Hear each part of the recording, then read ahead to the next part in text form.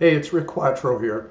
Let's see if we can figure out how to keep table rows together in a structured FrameMaker document. So first thing, let's create a new topic.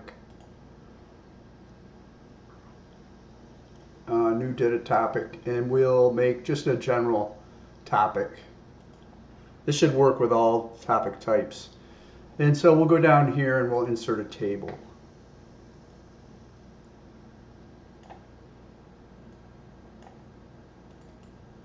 And then we'll make sure it's got at least 3 columns and quite a few body rows. Okay, and that's going to span 2 pages. So let's just change our view so we can see the pages stacked.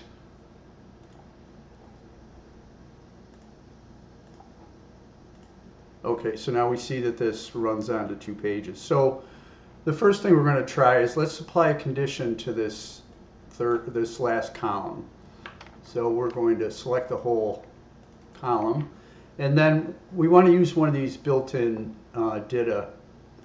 Well, I think what's necessary here is you have to use a condition that's built into the template. If you make a new condition, the next time you open the topic, that condition won't be there unless you add it to the template. So we're going to use one that's already in here. We'll just use this DITA comment one. And you can see that that's already set to be hidden. And let's show it all for a minute. Okay, so there it is right there. Now what we can do is let's figure out where we would want the break here. So let's just call this top. So we want to keep all these together. So we go ahead and we straddle them like that. So this is what we get. So let's go ahead and save this topic for a minute.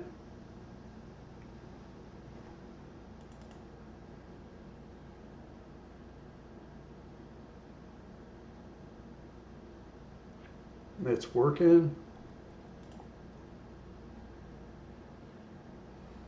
Okay, so now let's just close it and let's reopen it. Okay, and except for the page layout, it's still there. And the reason the page layout changed back to side by side there is because, again, you would have to change that in the template, and we haven't done that. So let's just do view options. And let me show you about the column widths, how you can solve that problem. So let's make that vertical. And then we'll also show you, let's hide this. So we want to hide this. And what we really want to have happen is we want the visible columns to fill this out. And so the one way we can do this is let's go to the XML view.